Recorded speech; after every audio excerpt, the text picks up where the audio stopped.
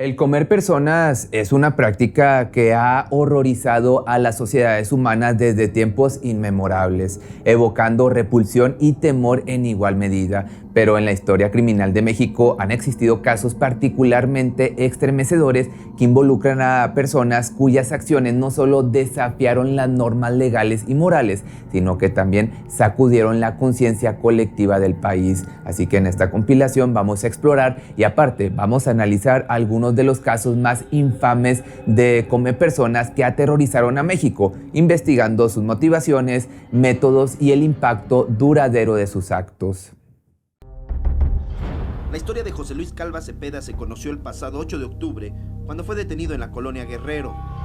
Esa mañana, intentó huir de su departamento ubicado en la calle de Mosqueta 198. Allí, ocultaba el cuerpo desmembrado de una mujer llamada Alejandra Galeana Garavito, con quien sostenía una relación sentimental. El caso de José Luis Calva Cepeda, mejor conocido como el caníbal de la Guerrero, es uno de los episodios más perturbadores y notorios en la historia criminal de México. Este matón en serie, cuyas acciones horribles salieron a la luz en el ya lejano año de 2007, conmocionó a la sociedad y reveló una realidad espeluznante que escondía detrás de su fachada de escritor y poeta.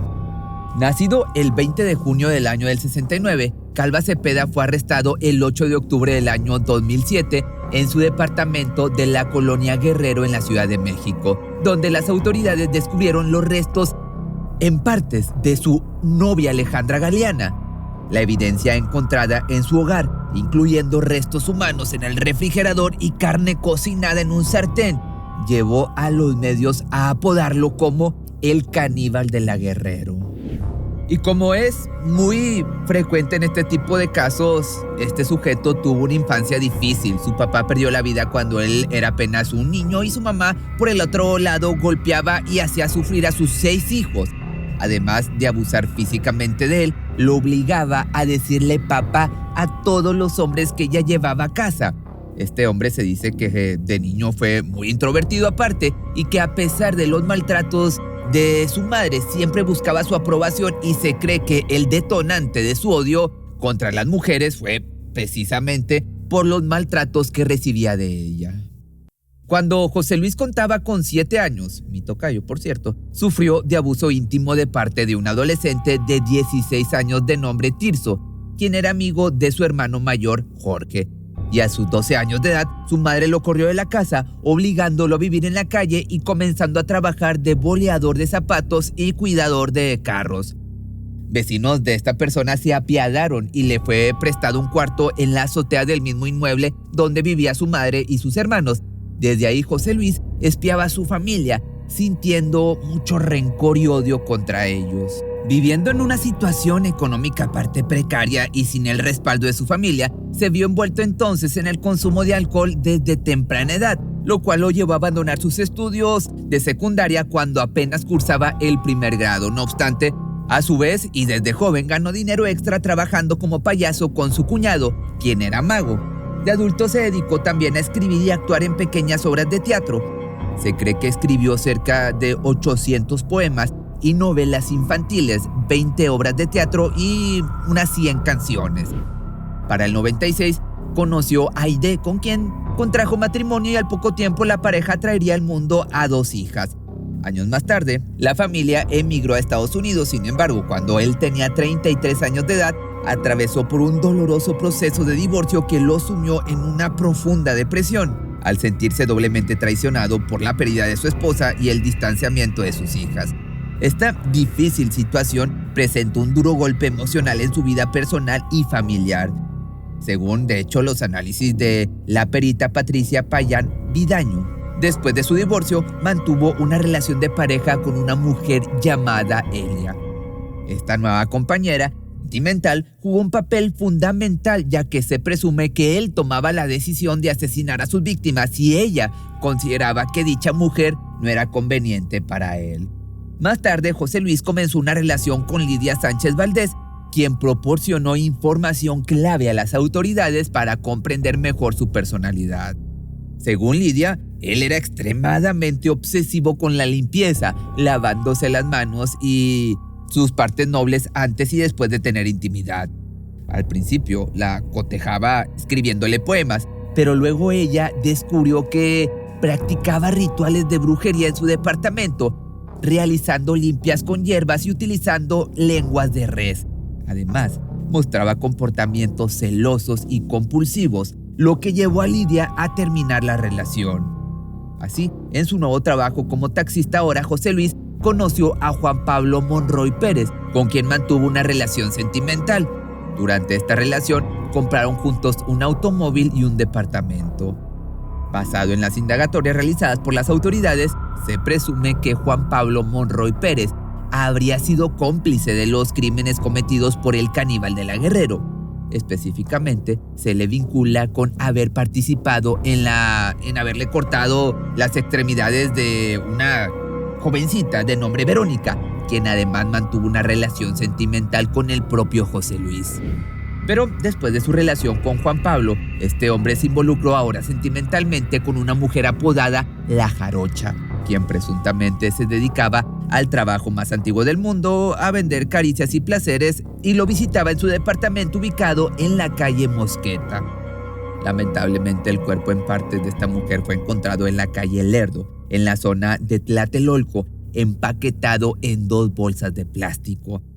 José Luis entonces comenzó una relación con Alejandra Galeana Garavito, la cual sería su última pareja sentimental. Sin embargo, pronto surgieron problemas porque ella se negó a tener un hijo con él. Sería el 5 de octubre del año 2007 que los familiares de Alejandra reportaron su desaparición ante las autoridades. Tan solo 3 días después, el 8 de octubre de ese mismo año, el cuerpo en partes de Alejandra fue descubierto en el departamento 17 de Mosqueta 198 en la colonia Guerrero. Siguiendo entonces la línea de investigación sobre la desaparición de esta mujer, los oficiales se presentaron en el departamento para realizar una inspección. Una vez que arribaron los agentes, el criminal cerró la puerta e intentó darse a la fuga, por lo que desesperadamente se arrojó desde el edificio donde residía, sufriendo una conmoción cerebral leve. Aparte, durante su intento de fugarse, el hombre fue atropellado mientras corría por la calle, sufriendo varias lesiones que requirieron su traslado de emergencia al hospital de Choco. Pero regresando y mientras tanto, los oficiales aprovecharon para continuar revisando el interior de su departamento, donde hicieron el escalofriante hallazgo de partes de personas resguardadas dentro de su refrigerador con signos de que las habían consumido, mientras que el torso de Alejandra se encontraba dentro de un armario. A raíz de los escalofriantes hallazgos en su departamento, el criminal fue acusado de haber consumido la carne de su víctima. Sin embargo, no fue hasta el 24 de octubre del año 2007 que la Procuraduría formalizó la consignación en su contra por el atroz caso, siendo llamado como el caníbal de la Guerrero. Pero en sus primeras declaraciones afirmaba que había sido un accidente. Usted nada más reconoce plenamente el asesinato de Alejandra. Sí, totalmente. Ya lo confesó ante la autoridad que murió por asfixia porque usted la abrazó demasiado fuerte, ¿no? Así es. ¿Quería matarla en ese momento? No. Después de 3 días de estar yo bajo los influjos del alcohol, de la droga, el temor que siento que sentí en ese momento, el saber que existe un cadáver dentro del apartamento, me lleva al instinto de decir, ¿cómo puedo deshacerme? Se me hizo difícil el decir, bueno, no puedo bajar el cuerpo. A lo mejor ya había cometido el error, la equivocación, el delito, y pienso en la mutilación, en el desmembramiento de 2 extremidades. Días después de su detención, las autoridades dieron a conocer el descubrimiento de un presunto escrito autobiográfico encontrado en el interior del departamento de Calva Cepeda. En este documento, supuestamente se narraban detalles de su propia vida de manera autobiográfica y así fue incorporado como evidencia relevante en la investigación del denominado caso caníbal. La Fiscalía de Homicidio logró acreditar los cargos por homicidio calificado y profanación de cadáver en el caso de Alejandra Galeana contra José Luis Calva Cepeda. Adicionalmente, enfrentaba al menos 2 averiguaciones previas por el delito de homicidio. Además de los cargos ya mencionados, este tipejo fue vinculado con el homicidio de otra de sus exparejas, a quien presuntamente mantuvo encerrada y sin ropa dentro de un automóvil para que evitara que se escapara. Posteriormente se presume que la trasladó hasta un basurero donde procedió a arrebatarle la vida y hacer el cuerpo en partes. Y es así como el 18 de octubre del año 2007 salió a la luz un expediente donde se detalló otro caso contra la pareja que tuvo y que presuntamente era maltratada por este criminal.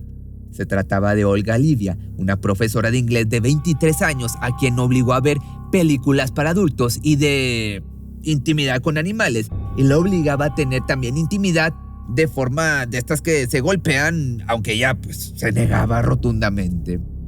José Luis entonces fue sentenciado a 50 años de prisión por haberle quitado la vida a Alejandra Galeano Garavito. No obstante, tras exhaustivas investigaciones, las autoridades lograron vincular al sentenciado con otras 2 vidas arrancadas, cuyos cuerpos fueron encontrados en partes en distintos puntos de la capital y el Estado de México. Con esto se esperaría que el acusado pasaría obviamente el resto de su vida tras la reja. ¿Pero qué crees? Un suceso lo cambió todo. Calva Cepeda perdería la vida el 11 de diciembre del año 2007 tras presuntamente y cobardemente quitarse la vida en su celda usando un cinturón. Pero no podemos decir que esto fue así. Quizás le quitaron la vida. Existen dudas sobre si realmente esta persona lo haría, ya que según declaraciones de su hermana, al momento en que fue a reconocer el cuerpo, el hombre presentaba marcas de que había sufrido y signos de haber sido abusado íntimamente por parte de los internos. También confesó que el cinturón con el que su hermano lo había hecho supuestamente no correspondía al de él. Además dijo que él antes de perder la vida parecía que había perdido la cabeza, pues cuando lo visitaba, él la miraba y le decía repetidamente: soy el caníbal. Y es así como el caso de José Luis Calva Cepeda representó uno de los crímenes más atroces, más aberrantes y espeluznantes en la historia reciente de México. Lo que inicialmente parecía ser la desaparición de una víctima, rápidamente se convirtió en la revelación de una serie de vidas arrancadas, marcados por prácticas de sufrimiento excesivo, haber hecho el cuerpo en partes y haberlo devorado. Y lo más escalofriante todavía es que esta persona no ha sido la única. Con un sótano bajo su cama, así dormía el feminicida de Atizapán. Engañaba a sus víctimas para llevarlas a su guarida del terror. Si eres nuevo en este canal, te sugiero que te suscribas. En este canal o en esta página de Facebook hablo sobre casos, cuento historias sobre crímenes, sobre música o cualquier otra cosa que tenga una historia interesante que contar.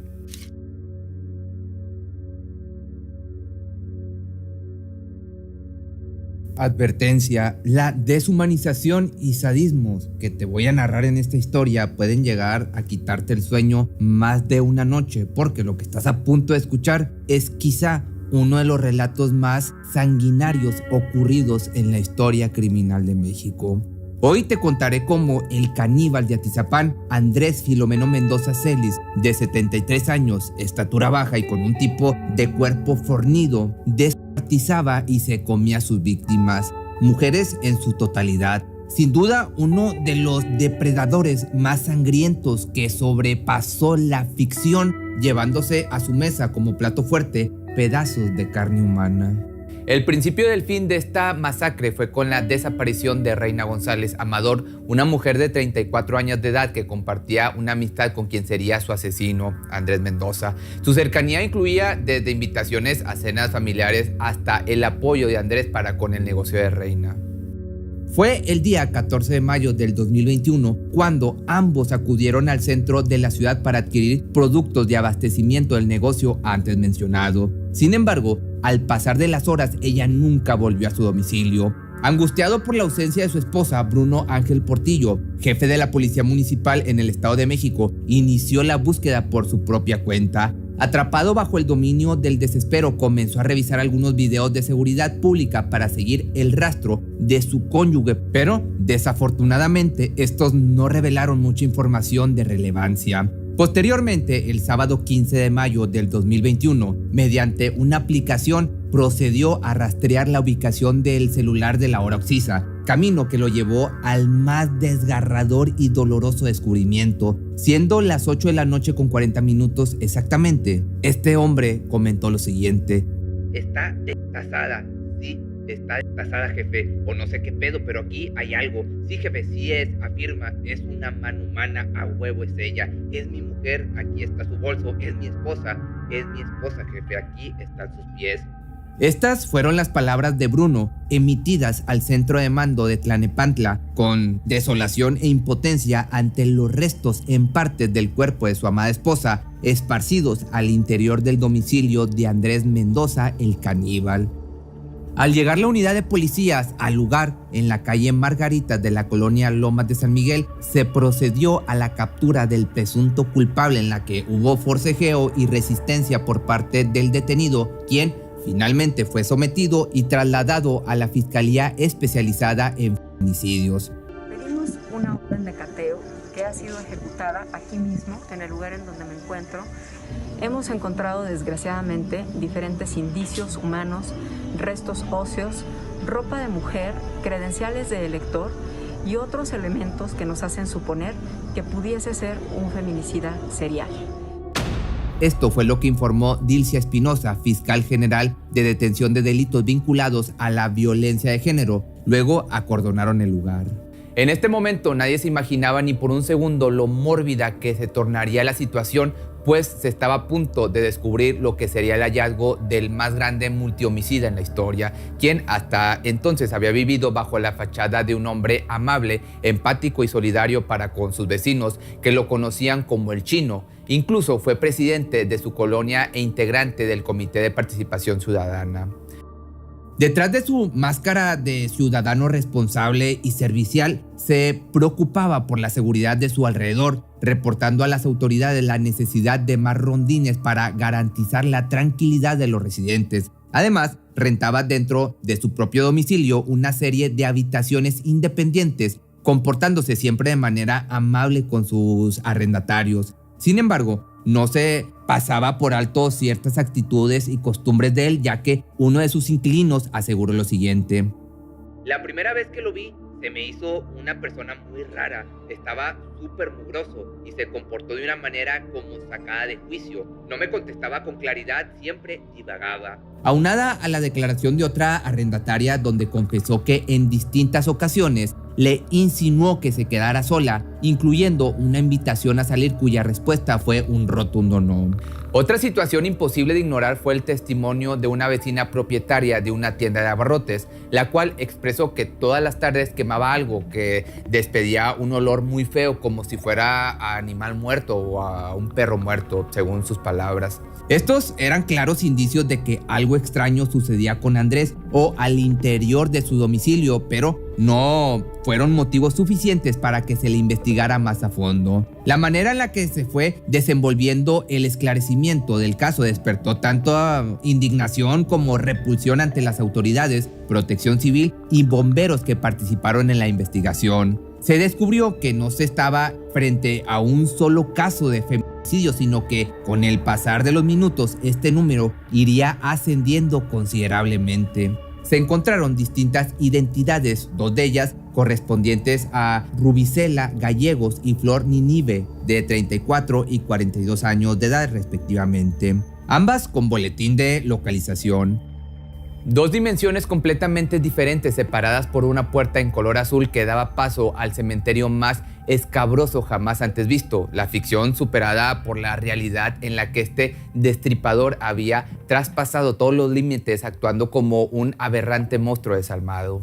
El ambiente tenebroso que se respiraba era sin lugar a dudas un andar entre muertos, como el entorno de una película maquiavélica cuyo terror se desataba por el miedo de pisar un dedo, un pie, una mano o cualquier otro resto humano desmembrado. La cueva de un destazador que albergaba cuchillos, machetes manchados de rojo y otros artículos de cocina con pedazos de carne humana cocida, lo que se presumía el banquete del caníbal, pues entre las pruebas recabadas destacaba la presentación de un platillo con un pedazo de carne mordida acompañada de tortilla, sal y una taza llena de sangre. Yo no quería entrar, esto fue lo que confesó Jonathan González, capitán de bomberos de Atizapán, quien dio paso a una descripción más detallada del lugar. Contó que entre todo un muladar, al entrar se podía distinguir una jardinera del lado izquierdo. 2 metros más adelante se encontraba un lavadero y otra jardinera con un árbol de limón,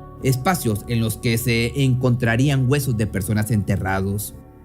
Un verdadero basurero, como si fuese la representación gráfica de la mente de un psicópata, en la que se encontraban pilas y pilas de ropa, también papelería, instrumentos de cocina, fotografías, bolsas, zapatos, cinturones, entre muchas otras cosas. Pero lo más repulsivo era que había piel colgada en tendederos. No se podía dar crédito a la tormentosa suciedad que se desbordaba en esta vivienda. Cuando llegué a la casa del feminicidio, lo primero que me llama la atención es la sensación de soledad. Se sentía algo lúgubre, oscuro. Fueron estas las palabras de Manuel Olivares, jefe de turno de los bomberos de Atizapán. Ni la misma autoridad concebía lo que sus ojos presenciaban, imágenes que quedarían para toda su vida ancladas en sus recuerdos. Un cuerpo mutilado, seccionado en varios cortes, postrado sobre una mesa. Le corté el cuello, empecé a cortarla en forma de bistec. Esto lo confesaría Andrés Mendoza posteriormente. En un inicio se presumía el hallazgo de entre 28 y 29 cuerpos y distribuidos en toda la morada. Tal parece que este multihomicida construyó su propio templo de sacrificios con alevosía y ventaja, puesto que al interior de su habitación, en una esquina, se encontró un acceso que daba entrada a un sótano oculto. De esta magnitud era el nivel de locura que inundaba su cabeza. El deceso al mismísimo holocausto iniciaba con el crujir de unas escaleras de madera. Este escenario indescriptible, impregnado de dolor, angustia y sufrimiento, donde casi se podían palpar los lamentos de todas las mujeres a las que les arrancaba la vida entre esas 4 paredes. En este lugar, digno de llamarse calabozo, había una vieja mesa en la que se presume destazaba a sus víctimas y consumía su carne. Era horrible porque te encontrabas muchísimas cosas de humano, te encontrabas pedazos de piel, de dedos, te encontrabas demasiada sangre. Esto lo dijo Jonathan González, capitán de bomberos de Atizapán. Además, para incrementar el sadismo de todas estas atrocidades, no bastaba con solo dejar en su retorcida mente el recuerdo del sufrimiento de sus víctimas. Este psicópata colocó una cámara pegada a la pared para documentar sus matanzas y luego reproducirlas, pues se encontraron una serie de cassettes con nombres femeninos y fechas específicas. En las historias de canibalismo también hay historias de trastornos psicosexuales. Él probablemente, como lo vemos en varios de los videos que él mismo se tomaba con una cámara, él tenía satisfacción sexual, tenía orgasmos cuando mataba a sus víctimas, cuando las seccionaba y cuando se las comía, y entonces por eso se vuelve una necesidad. Esto lo declaró Peggy Ostrowski, licenciada en psicología. Su obsesión por el cuerpo humano lo llevó a estudiarlo a fondo mediante distintos libros de anatomía y medicina. Entonces entendimos por qué había cortes perfectos y llegamos a la conclusión de que no era algo que él tenía haciendo meses, sino que ya llevaba años. Esto lo mencionó el capitán de bomberos. En la escena también se encontró una libreta repleta de nombres, edades, fechas y demás datos específicos, incluyendo el peso de las diferentes partes del cuerpo que cortaba. Para darle otro golpe de brutalidad a esta historia, a estos hechos tan macabros, están las extrañas invitaciones a comer que hacía Mendoza a vecinos, policías y sus propios inquilinos, cuyo platillo era regularmente de carnitas, producto que supuestamente le regalaban. ¿Te imaginas todos los pensamientos que pasaron por la mente de los residentes de la colonia Lomas de San Miguel al descubrir que su amigable vecino probablemente les había compartido un plato de carne humana? ¿Cómo te podrás sentir al respecto si tú hubieras sido una de estas personas? Lo cierto es que en algún punto de su vida desempeñó el rol de carnicero, a lo que agregó Peggy Ostrowski. Y esa parte de ser carnicero era lo que lo motivaba probablemente a repartir entre sus vecinos, y no solo lo regalaba, sino vendía esos productos. Y traspasando el territorio de Atizapán, Estado de México, Mendoza visitaba una vez al año a su comunidad en Cimatal de Álvarez, esto en Oaxaca, en donde no solo llevaba como presente ropa de mujeres, sino que también repartía carne asegurando que era de cerdo. Por otra parte, y adentrándonos un poco más en la personalidad del caníbal de Atizapán, la psicóloga Fegui lo describe como un hombre que te mira directamente a los ojos y no te genera ningún miedo, pues asegura que es una persona común de quien no se sospecha absolutamente nada, resaltando así sus auténticos rasgos psicópatas. Cosas que ya se hicieron, dice, hay que aguantarse, ya no se remedia nada, ya lo que ya se hizo, pues hay que aguantarse, nomás tener fe en Dios, dice, ya lo que sucedió y ya. Yo sé que se arrepiente uno, pero demasiado tarde, ya sucedieron las cosas. Su demencia lo llevó a secuestrar, matar y hacer en partes, aparte desmembrar una cantidad alarmante de mujeres por 30 años. Solo las que se llegaron a contar, anotadas en la libreta sangrienta, rondaban entre 50 cuerpos. Sin embargo, aún falta identificar con pruebas genéticas 4.300 restos de huesos. ¿Cómo pudo pasar tanto tiempo antes de su detención? No cabe duda que estamos en un país donde la impunidad es el pan de cada día. El feminicidio se ha vuelto una pesadilla y no parece que se estén tomando las medidas para contrarrestarlo, que esto es lo más triste. La manera en que este hombre pudo sumar a su colección de perversiones tantas pertenencias de mujeres fue el cómo se desenvolvía ante las víctimas. Primero, las elegía todas con características similares, mujeres voluptuosas, la mayoría de alrededor de 30 años de edad y madres solteras. Les hablaba con amabilidad, manipulándolas y haciendo distintas promesas de ayuda, ya que muchas tenían pocos recursos. De alguna manera se las ingeniaba para llevárselas a su domicilio y cumplir su cometido.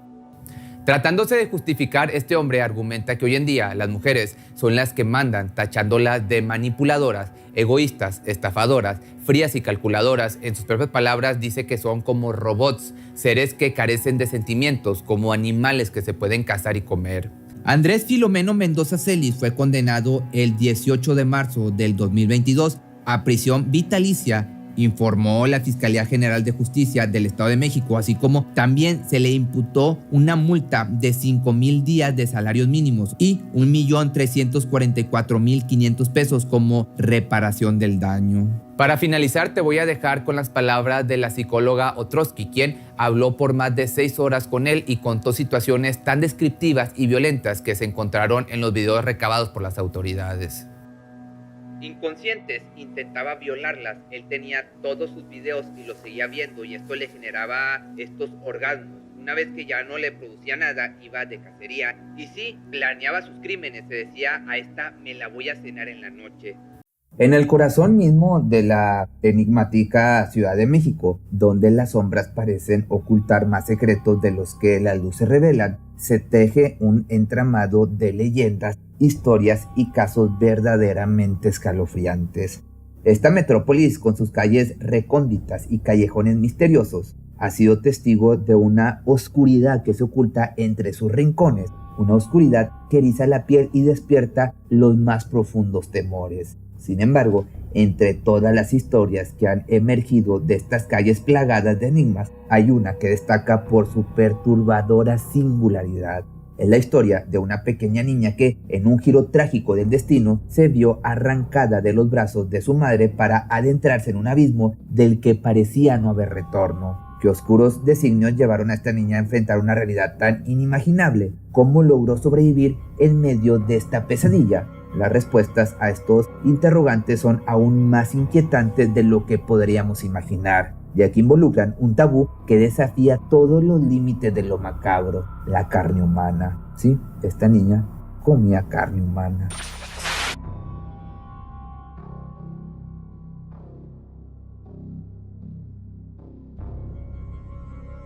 Era el 7 de septiembre de 1972, un día que quedará marcado en la historia de la estación Tacubaya como un momento gris. La estación, rodeada de concreto y rieles que zumbaban con la energía de la vida urbana, repleta de personas que transitaban a todas direcciones en constante movimiento. Entre la multitud, una niña como cualquier otra, cuya curiosidad brillaba en sus ojos viendo a personas de todo tipo pasar, los vagones del metro moverse a gran velocidad y los sonidos fuertes de las voces de las personas, la música y el rechinado de las llantas del metro, que creaban una sinfonía caótica. Sus pequeños dedos se aferraban fuertemente a la mano de su madre en busca de seguridad entre ese mar de personas. La pequeña Rosarito, de tan solo 8 años, esperaba con su mamá el momento perfecto para ir al trabajo con dirección a la colonia Jardín Balbuena, donde la madre de Rosarito prestaba servicios como ayudante de cocina, abordando a la línea 1 del metro, un trayecto que en ese momento parecía muy normal, parecía cotidiano. El destino, sin embargo, cambiaría para Rosarito y su madre, como si el túnel del viento hubiera soplado un susurro inaudible a su oído. Rosarito soltó la mano de su madre con la despreocupada curiosidad propia de la infancia, y así, en un instante fugaz, la pequeña se desvaneció entre la maraña de cuerpos y personalidades que llenaban la estación. La estación, en su causa aparente, se convirtió en el escenario de una angustia silente, donde el ruido y la agitación del exterior contrastaban con el tumulto de emociones en el interior de la madre. De esta manera, en cuestión de meros segundos, una madre se vio enfrentada a la angustiosa realidad de haber perdido a su hija para siempre. De esta manera, la estación Tacubaya, en medio de su bullicio y su tumulto, se convirtió en el punto de partida para una historia de misterio y desconcierto, donde una niña desaparecida desafiaría las leyes de la realidad y nos sumergiría en las profundidades de un enigma que perdura hasta hoy. A partir de ese momento, la vida de la señora Rosario Sierra Martínez, madre de la niña desaparecida, se teñiría de inmenso dolor. Con el apoyo de familiares y amigos íntimos, emprendieron la búsqueda de la pequeña en colaboración con las autoridades del departamento del Distrito Federal. Sin embargo, nunca la encontraron. En aquel punto crucial de la historia, los acontecimientos tomaron un giro mucho más siniestro. Una niña de apenas 8 años, atrapada en una tormenta de miedo, incertidumbre y confusión, tomó una decisión que la sumergió en una oscuridad aún más profunda. La inocencia que la caracterizaba se convirtió en su aliada, empujándola hacia el refugio sombrío del metro, un mundo subterráneo donde las penumbras y los ecos creaban una sinfonía totalmente macabra. Sus días, en su mayoría solitarios, se desvanecían entre las frías paredes de cemento, sin compañía más que la de las sombras que danzaban en la oscuridad, las ratas entre los rieles del metro y los vagabundos que se refugiaban en el mismo lugar. Rosarito luchaba por sobrevivir en un entorno que se sentía más hostil y despiadado con cada latido de su corazón. El hambre, también un enemigo implacable, acechaba cada rincón de su existencia. Su pequeño cuerpo se volvía frágil y sus fuerzas menguaban día tras día. La falta de opciones la empujó a límites que nadie podría haber anticipado. De esta manera, las ratas, compañeras no deseadas en su retiro subterráneo, se convirtieron en una extraña fuente de inspiración para sobrevivir. Observándolas, Rosarito aprendió a adaptarse a su entorno, a moverse en las sombras y a sobrevivir de formas inusuales. Pero mientras el hambre persistía, la oscuridad que rodeaba sus acciones se volvía cada vez más densa y opresiva. En el mundo subterráneo del metro, donde la realidad se volvía difusa y las líneas entre lo humano y lo monstruoso se desdibujaban, Rosarito cometió un acto inenarrable. A medida que su cordura se deshilachaba y su necesidad se volvía incontenible, se vio empujada a un abismo del que no había retorno. Los indigentes que encontraban refugio en los túneles del metro se convirtieron en su única respuesta a una necesidad insaciable. Sumida en una espiral de locura, desesperación y a la vez un hambre voraz, esta niña perdió su vínculo con la humanidad y se sumergió en los abismos más oscuros de su propia mente. En el abismo de su desesperación, Rosarito cruzó una línea inimaginable, comenzó a consumir los restos humanos que hallaba a su alrededor. En un día que parecía pintado por los mismos pinceles del horror, mientras Rosarito deambulaba por los recovecos oscuros de la estación, un escalofriante descubrimiento aguardaba. Yaciendo en el suelo, un vagabundo en una quietud que denotaba su ausencia de vida, la figura inerte parecía haber sido víctima de una caída trágica, su tobillo roto y su existencia apagada abruptamente. En un escenario macabro, las ratas se habían congregado alrededor de su cuerpo como siniestros testigos de su descomposición y alimentándose de este. De esta manera, la mente de Rosarito, ya nublada por semanas de desesperación, se sumió en una desolación abismal. En medio de ese panorama dantesco, algo dentro de ella pareció resonar con la desesperación de los roedores. Una solución grotesca se desdibujó en su mente perturbada y entonces decidió hacer algo que le había funcionado hasta el momento: imitar a las ratas, al ver cómo su comportamiento voraz las mantenía con vida en medio del desamparo. Con una determinación nacida de la desesperación, retiró el tobillo roto del vagabundo. El mismo hueso que antes había sido el sostén de su movilidad, ahora se convertía en el objeto de una grotesca solución para su propio sustento. Sus pequeños dientes de leche penetraron en la carne descompuesta. El sabor de la desesperación inundó su boca mientras masticaba. Propios sentimientos parecían retorcerse en una guerra interna. Había pasado días interminables sin alimento. Su cuerpo estaba debilitado y sus instintos para seguir viva la habían conducido a este abismo insospechado. Rosarito, en su lucha contra la desolación, había adoptado el comportamiento de las criaturas que la rodeaban en su reino subterráneo. Se había convertido en una sombra oscura, consumida por el hambre y el miedo. En medio de la penumbra de la estación del metro, un acto atroz y tenebroso se había consumado, sellando su destino en un abismo del que ya no había retorno, o ya no habría. Que por otro lado, un macabro rastro de restos humanos comenzó a teñir los alrededores de la estación, lo que instantáneamente desencadenó una investigación frenética por parte de las autoridades. En medio de conjeturas y especulaciones, la teoría predominante señalaba a jaurías de perros salvajes como los culpables de tales atrocidades. Sin embargo, la verdad era más oscura y retorcida de lo que cualquiera podría haber imaginado. En una exploración exhaustiva, adentrándose en las sombrías y sucias entrañas del metro, finalmente lograron encontrar a Rosarito en la mañana del 22 de septiembre, en las inmediaciones de la estación Tacubaya. La policía judicial logró capturarla tras testimonios de testigos que relataron una escena inquietante. En un giro macabro, se decía que Rosarito repetidamente golpeaba con una piedra la espinilla de un indigente, cuyo cuerpo yacía sin vida, con signos de un traumático golpe en la cabeza. El objetivo aparente era separar la extremidad del cuerpo, un acto que desafiaba toda lógica y daba explicación a su desesperación. Fue entonces que las autoridades descubrieron lo que había detrás de los casos reportados de cuerpos en partes. En una meticulosa reconstrucción de los eventos, trazada por un perito cuya identidad permanece anónima, surgía un sombrío panorama. Se afirmaba que había 3 personas que habían caído víctimas de la implacable marea de la desesperación que envolvía a Rosarito. Sin embargo, en esta trama macabra, la fatalidad solo había abrazado a 2 de ellas con la fría mano de la muerte.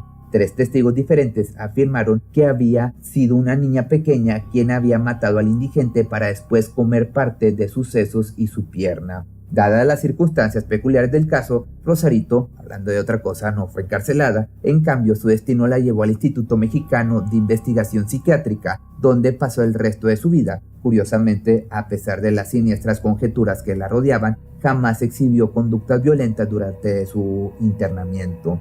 Aunque eso sí, no se puede ignorar la sombra de sospecha que la rodeaba, especialmente en relación con la misteriosa muerte de una enfermera, un asesinato que sigue siendo un enigma sin resolver. Pero a lo largo de los años, Rosarito recibió visitas regulares de su madre hasta que en el año del 97 la pérdida de su último ancla en el mundo la dejó completamente sola. En el silencio del tiempo, ella continuó existiendo, alejada de las miradas del mundo exterior, hasta que finalmente en el año 2010 la oscuridad de su historia encontró su conclusión pacífica cuando falleció tranquilamente en su lecho hospitalario.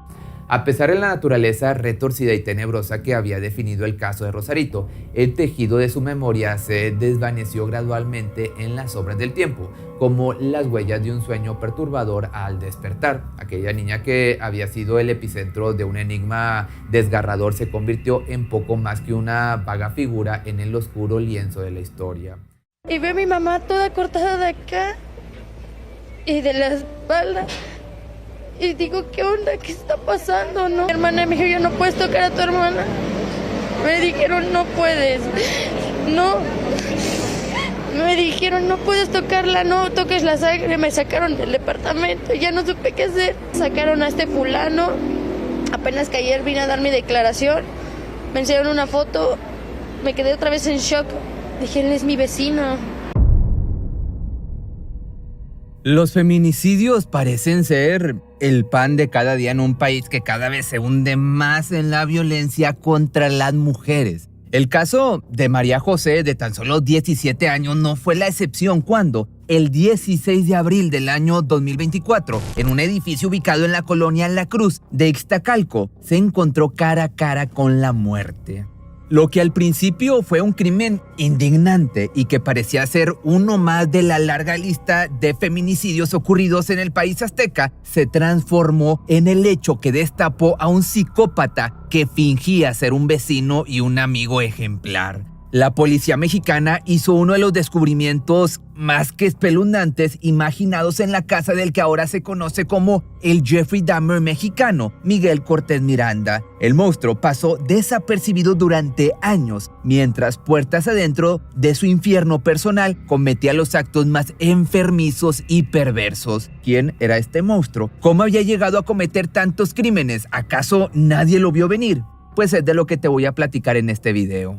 Miguel Cortés Miranda nació el 25 de octubre del año del 84 en la alcaldía Gustavo A. Madero en la Ciudad de México. Era el segundo hijo de Miguel Cortés Miranda, maestro de la UNAM, y María del Carmen Miranda Moreno, una ama de casa. Su padre era químico bacteriológico y fue inspiración para que ambos hijos siguieran sus pasos. Miguel estudió para ser químico bacteriológico parasitólogo y su hermana Claudia se convirtió en química farmacéutica. Su primer trabajo fue a los 23 años en un laboratorio dedicado al análisis de agua y alimentos. Luego de 2 años comenzó a trabajar en Ortin Laboratorio, que esto es una empresa de análisis especializados que procesaban muestras de todo el país. Fue en ese momento que decidió independizarse y se mudó a un departamento de Iztacalco donde cometería sus más oscuras perversiones. Luego de 2 años trabajando en este laboratorio, en 2013 Miguel renunció supuestamente por una decepción amorosa. Durante su descanso laboral se unió a la Fundación Igualdad Animal, aunque por fuera se mostraba como un joven preocupado por el bienestar animal. Su verdadero propósito era acercarse a las mujeres y ganarse su confianza. Poco a poco el químico comenzaría con su conducta criminal que iría perfeccionando con cada crimen. Pero el químico era astuto, era un tipo inteligente. Por fuera Miguel se mostraba como un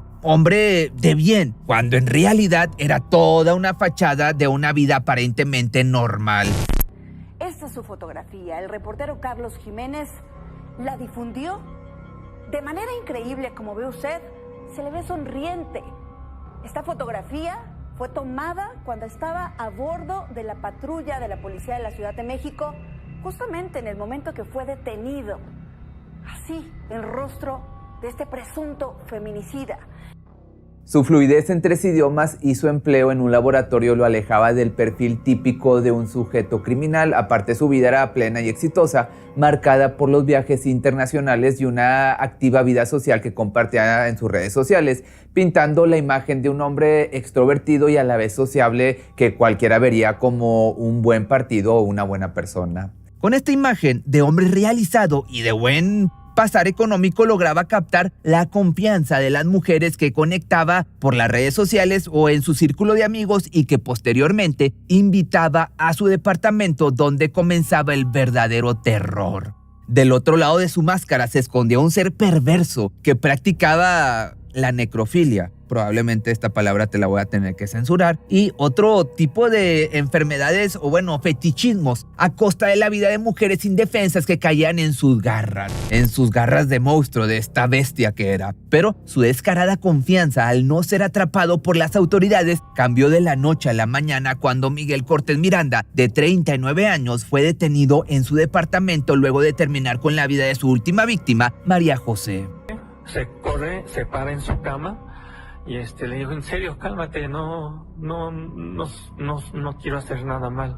Pero la chica sí sigue gritando. Yo entiendo que eso podría alertar a todos los vecinos. Entonces hago que se caiga dentro de la cama y empezamos como a forcejear así. Según la reconstrucción de los hechos ocurrido el 16 de abril del año 2024, Miguel aguardó a que la madre de su próxima víctima saliera de su casa para colarse en el departamento y tomar por sorpresa a María José, de tan solo 17 años, una niña.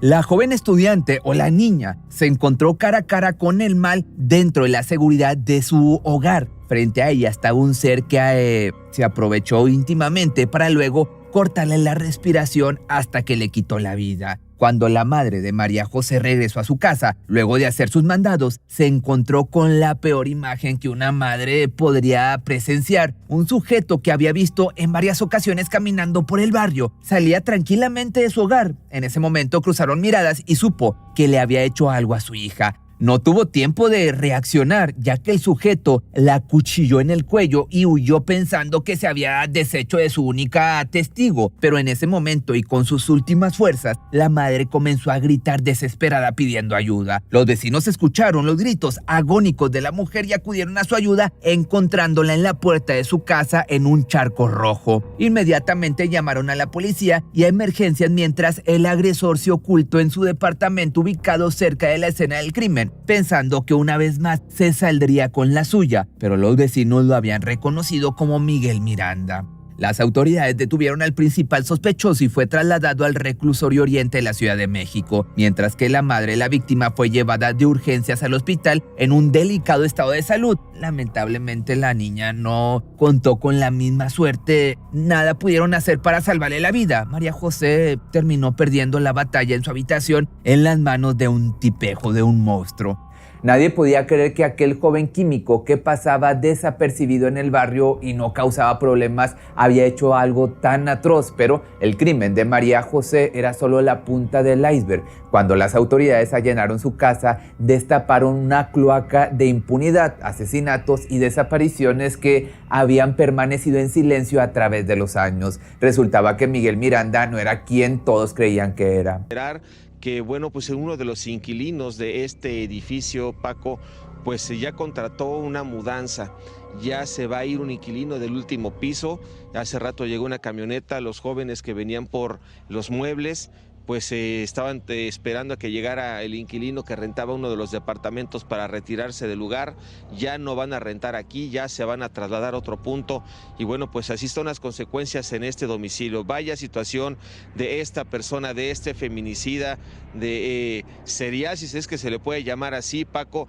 Al registrar su departamento, los investigadores encontraron evidencias estremecedoras que parecían indicar que se trataba de un asesino en serie de mujeres. En la vivienda del criminal se hallaron muchas sangre, una sierra, celulares y tarjetas de identidades de mujeres que posteriormente se pudo corroborar que al menos 5 se encontraban con vida. Pero para empeorar las cosas todavía más, hallaron evidencia de otras mujeres que no habían logrado escapar del monstruo. La policía encontró 5 cráneos humanos. Tras lo horroroso de este descubrimiento, Miguel comenzó a ser llamado como el feminicida de Iztacalco y hasta lo llegaron a comparar con el asesino en serie estadounidense Jeffrey Dahmer, nombrado como Jeffrey Dahmer mexicano.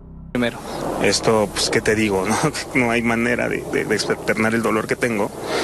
Mi niña era una niña muy sana, era estudiante, estaba en bachilleres, este año iba a ir a la universidad ya.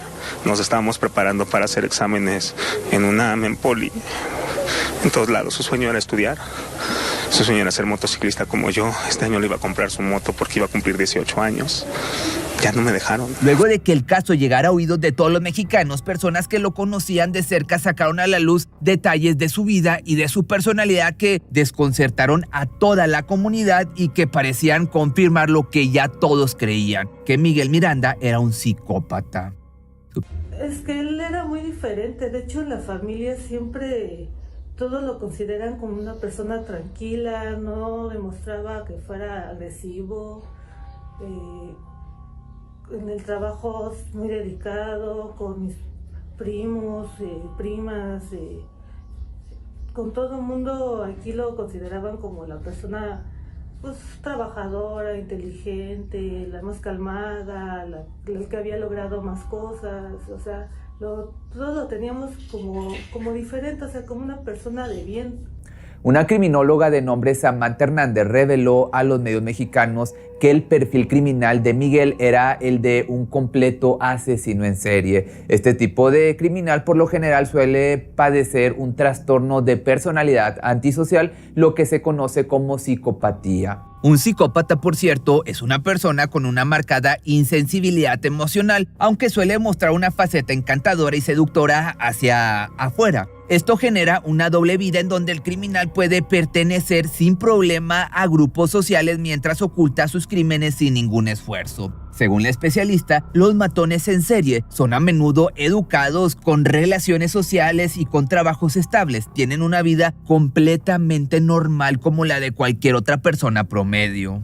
Las primeras declaraciones y análisis de su personalidad, se ha determinado que Miguel N. posiblemente presenta rasgos psicópatas relacionados con una mente criminal. Así, un asesino en serie primero va a conquistar a su víctima, va a generar confianza, la seduce, muestra un falso perfil, uno agradable para la persona, hasta llegando el momento de revelar su verdadera cara: el feroz asesino, el narcisista, el manipulador, el monstruo. Según sus demás compañeros, Miguel era una persona de bajo perfil, reservado, tranquilo y callado. El hombre no era agresivo, entre comillas, pero tenía actitudes que a sus compañeros le incomodaban un poco. Para mantener una buena convivencia en el trabajo, había formado un grupo amistoso que incluía a Miguel. Varias veces habían organizado reuniones en la casa del criminal, la cual parecía común y corriente. Al parecer, el hombre ocultaba muy bien ese hedor a muerte de sus víctimas, por cierto. Pero, de hecho, en una de esas reuniones hicieron un test que trataba de si eras más un psicópata o un asesino. ¿Y cuál crees que fue el resultado de Miguel? Pues un contundente asesino. Todos tomaron esto como un simple juego, obviamente sin saber que habían dado en el blanco. Sobre su actitud hacia las mujeres, en realidad el químico era muy tímido y no solía interactuar mucho con ellas. Según sus compañeras, era un tipo raro, que hacía comentarios muy extraños. En una ocasión, de hecho, había preguntado si metía un cuerpo en una mochila y lo llevaba en una bicicleta, la gente se daría cuenta. Frases como estas eran las que ponían incómodos a sus compañeros, pero obviamente jamás imaginaron que quizás lo preguntaba en serio. Luego de que la verdad ya fuera sacada a la luz, estaban seguros de que para ese momento ya lo había hecho o tenía las intenciones de hacerlo. También en otra ocasión el químico llegó a su trabajo con la cara rasguñada. Al preguntarle qué le había pasado, contestó sin mucha importancia que habían sido sus gatos. Pero para desconcierto de sus compañeros, al momento de su detención, Miguel tenía los mismos arañazos. En realidad, nunca habían sido sus mascotas, sino sus víctimas en un intento de alejar a este monstruo o salirse de esas garras. A veces que lo llegué a ver, se veía bien, se expresaba bien, se veía calmado. Pero nunca nos imaginamos que estuviéramos o que fuese un monstruo. Luego del allanamiento a la Casa del Mal, las investigaciones llegaron a un resultado aún más perturbador. Resultaba que los restos encontrados en el apartamento eran de por lo menos 20 víctimas distintas, que fueron encontrados junto con herramientas presuntamente utilizadas para hacer en parte los cuerpos, material quirúrgico y sustancias químicas que el criminal, gracias a su profesión, sabía manejar a la perfección. La Fiscalía General de Justicia de la Ciudad de México logró establecer que el primer crimen del químico fue perpetrado en el año 2012, los otros dos en 2015, o más bien los otros tres, 2015, 2018 y 2024, lo que significaba que el asesino evadió la captura durante al menos 12 años. Según un fiscal, una de las razones pudo ser que el sospechoso no había mostrado conductas violentas o agresivas en su actuar cotidiano. De hecho, Ulises Lara, portavoz de la Fiscalía, confirmó que actualmente se están realizando análisis de ADN para determinar la conexión de Miguel con otras posibles víctimas, además de la joven María José, que habían desaparecido por la zona de Iztacalco. Una de ellas se trataba de Viviana Elizabeth Garrido, una ingeniera bioquímica de 32 años de edad que se encontraba desaparecida desde el 30 de noviembre del año 2018. Esta joven trabajaba en el mismo laboratorio que el criminal y con quien mantenía una relación de amistad. Otra posible víctima era Frida Sofía Lima Rivera, de 22 años, cuyo rastro se perdió en el 2014 y quien se presume que el criminal mantuvo una relación cercana. También a inicios del año 2012, Frida, que era proveniente de una familia humilde y numerosa de Tlacotepec, un pequeño pueblo de la Sierra Negra del estado de Puebla, llegó a la Ciudad de México. Por azares del destino, la joven se instaló en un departamento en la misma colonia donde vivía Miguel en Iztacalco. Yo no sé, ya ellos me platicaron que era de un asesino serial o que tuvo muchas víctimas. Pues se dice en las noticias que fueron 5. Esperemos en Dios que ella esté ahí. Y que se haga justicia por su hijo. Y que se haga justicia y por todas las que ha matado. A su vez, por esos tiempos, Miguel regaló a la joven un libro llamado El perfume, historia de un asesino, el cual narra la historia de un asesino serial que, mediante un proceso químico, extrae el aroma de los cadáveres en descomposición. Y con esto, pues parecía que Miguel encontraba inspiración en el personaje ficticio. Lo que sí es que se desconoce si entre Miguel y Frida hubo o no una relación amorosa, pero durante la primavera del año 2014, ambos compartieron indirectas amorosas en Facebook. Luego, el domingo 7 de diciembre del año 2014, a las 3:57 p.m., Frida hizo su última publicación en Facebook, cual se despidiera del mundo, con la imagen de Bumburi y su ídolo. Lo que esta publicación decía era lo siguiente: no vuelvo por donde vine, nunca miro atrás, para luego desaparecer para siempre sin dejar rastro. Después, a los 4 días, el 11 de diciembre del año 2014, Miguel publicó un poema de su autoría llamado Perfecta. Este escrito, que al parecer estaba dedicado a Frida, resultaba perturbador y es que lo que decía era lo siguiente: el artista necesita de modelos reales para tocarse el alma e inspirarse en la realidad. A su vez, el 7 de febrero del año 2015, la familia de Frida Sofía Lima Rivera viajó 3 horas desde su pueblo en la Ciudad de México para reportar su desaparición. Pero las autoridades le restaron importancia. Ya sabes que esto es bastante común con las autoridades mexicanas, que les vale madre, y le comentaron a la familia que seguramente se habría ido con el novio y que pronto regresaría. A su vez, la fiscalía reveló que podrían tratarse de solo 7 feminicidios y no 20 como se había manejado en un inicio, pero los familiares de las jóvenes desaparecidas creían que esto era un intento de las autoridades de minimizar la inoperancia de la justicia durante los más de 10 años que el asesino de Iztacalco estuvo cometiendo los crímenes. En 4 casos en los que cabe la posibilidad de que el químico sea el responsable de las desapariciones, los investigadores se han acercado a los familiares para comenzar con las pruebas genéticas para identificación de los restos óseos encontrados en el apartamento. También la cantidad de evidencia encontrada en este lugar en el departamento y servida en bandeja para los investigadores era alevosa, pero hubo una prueba que dejó helado a todos, y es que un diario donde este asesino serial, registraba todos los crímenes que cometía. Relatos brutales y precisos de cómo y cuándo acechaba fue lo que se leyó en las decenas de páginas de su diario. Entre las tantas confesiones escritas a puño y letra, se encontró algo que desconcertó aún más a las autoridades. El feminicida de Iztacalco relató con precisión cómo hacía unos 10 años aproximadamente se deshizo del cuerpo de su presunta hija, la cual, según él, era una recién nacida. Según su escrito, habría tirado su cuerpo en donde se deshacía de los cadáveres de sus víctimas, el cual la policía aún no tiene, por cierto, la ubicación exacta. Otra de las revelaciones macabras encontradas en el diario del presunto homicida serial fue un texto fechado con el año 2012, donde presumió que estaba perfeccionando sus asesinatos. Textualmente decía lo siguiente: me he sentido más seguro de mí mismo.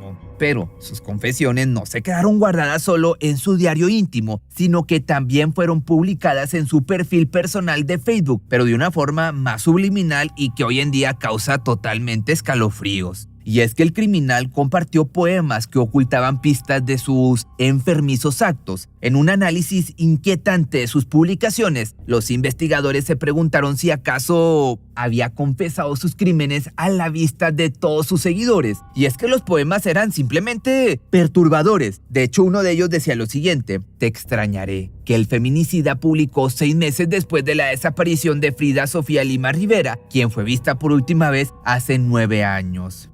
En este texto, Miguel narró cómo acabó con la vida de una mujer a la que supuestamente amaba tanto que decidió conservar su cuerpo sin vida. No tardé mucho en darme cuenta de que tus manos no se movieron. Descubrí que tu cuerpo era duro y me asusté cuando noté que estabas fría. Toqué tu espalda y no era otra cosa más que tu ropa. Toqué tu cuello y no era más que piedra.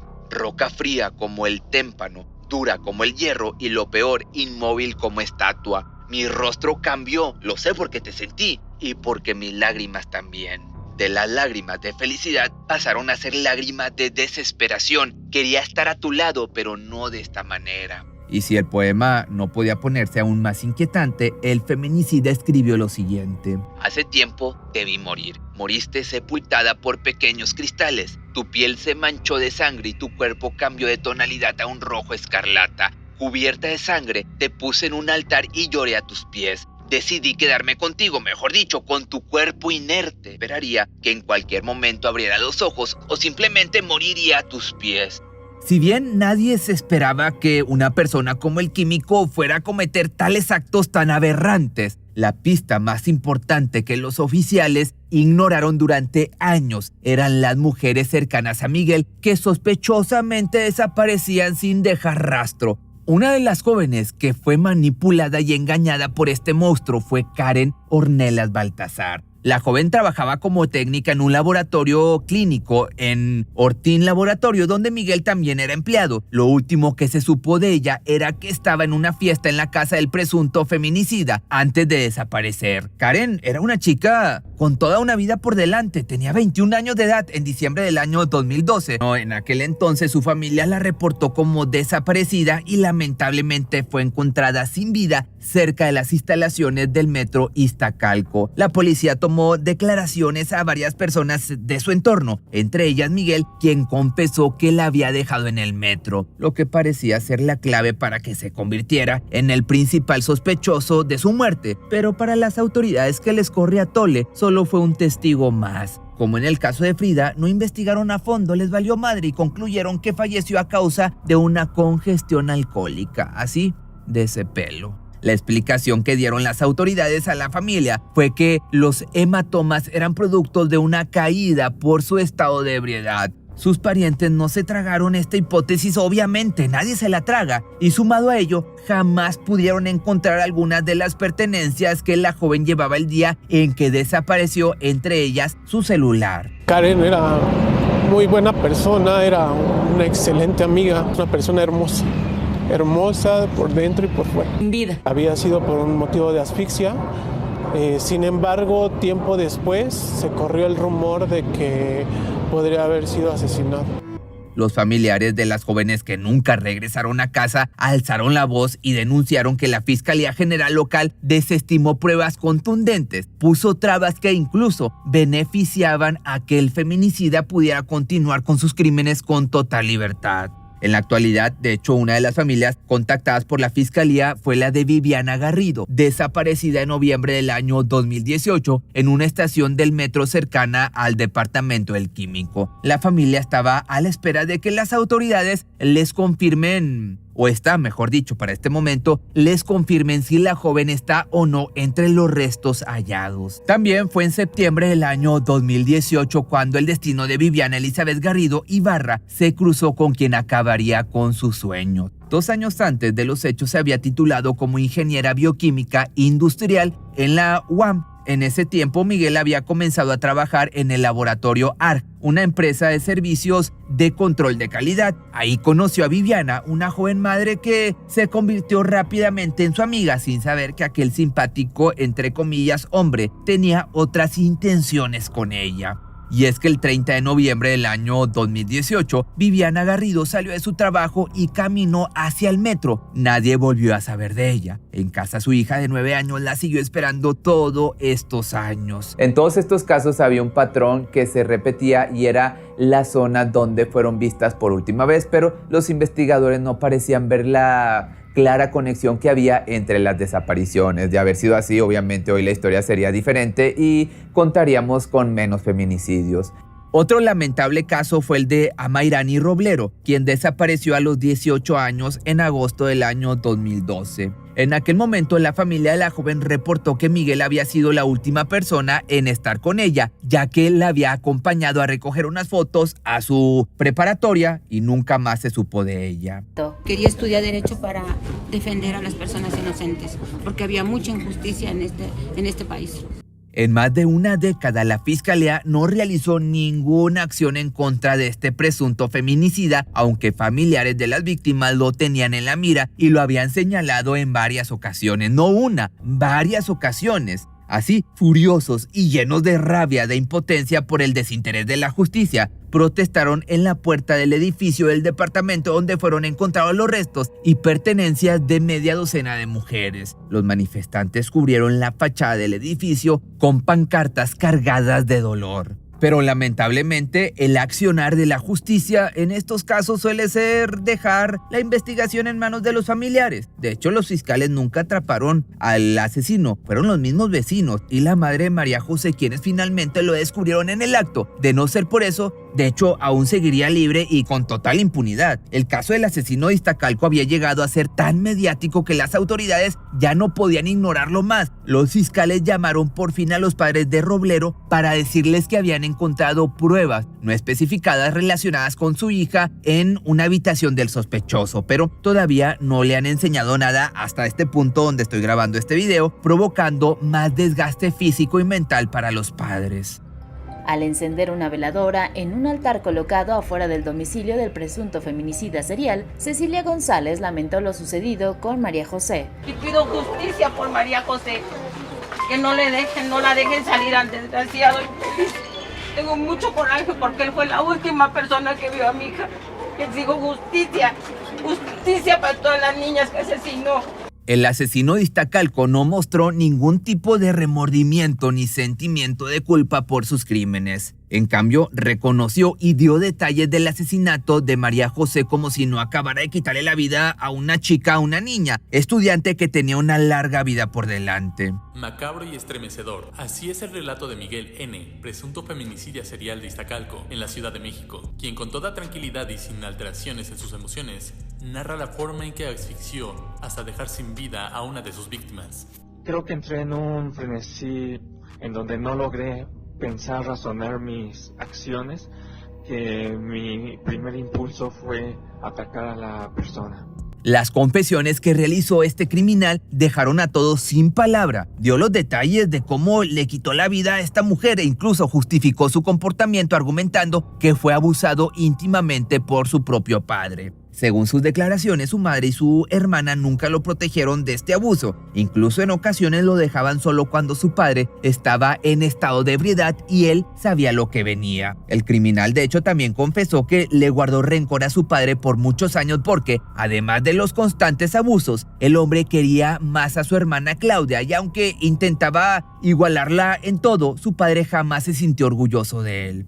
Ya en su edad adulta, Miguel tenía una relación cercana con su hermana Claudia. Ella misma lo reveló ante los medios de comunicación, o eso creía porque en el fondo su hermano la detestaba. Por estas razones fue alimentando durante los años un rencor contra las mujeres que solo podía ser calmado de la forma más perversa. El padre de ambos falleció en el 2021 de esta enfermedad que vivimos hace algunos años y hasta el momento su hermana no confirmó que los relatos de abuso fueran ciertos. Cuando un cuerpo cuando es asfixiado, quitas las manos y todo y hay una respiración agónica. Eso es muy normal.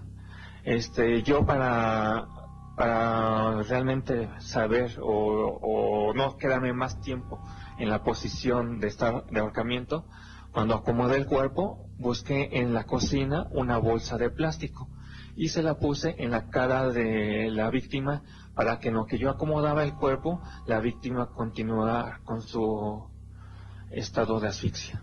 La criminóloga Samantha Hernández destacó aparte que Miguel era una persona imputable, es decir, que estaba totalmente consciente del bien y el mal al momento de cometer los crímenes. También explicó que la megalomanía de este asesino, su sentido de grandeza, se evidenció cuando fue capturado. Generalmente este tipo de personas, al estar en prisión, revelan casi con placer todos sus crímenes, y Miguel no fue la excepción a la regla. Él fue vinculado al proceso con prisión preventiva por los delitos de feminicidio y feminicidio en grado de tentativa por la madre de María José, por lo que permanecerá detenido en el reclusorio preventivo Varonil Oriente durante los 6 meses que fijó la autoridad judicial como plazo para el cierre de la investigación que lo llevaría a juicio. Según la justicia, a diferencia del feminicidio de María José, del que hubo pruebas contundentes, no se pueden juzgar otros crímenes ya que no hay una certeza de las víctimas debido a que hasta el momento fueron todas especulaciones. Esto quiere decir que el primer juicio contra el criminal se centrará en su última víctima. María José era la niña más linda del planeta,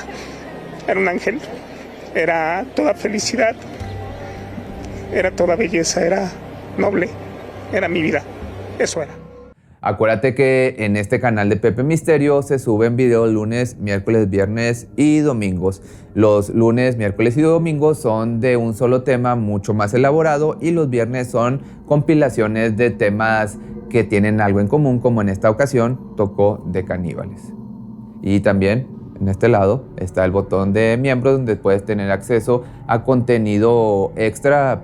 Tiene alrededor de un costo de 50 pesos y a mí me ayuda a seguir creciendo, y tú tienes acceso a contenido más que no está público y a transmisiones en vivo. Y también, algo que se me pasó decirte, en estas compilaciones no todos los videos ya han sido publicados en el pasado, hay algunos nuevos.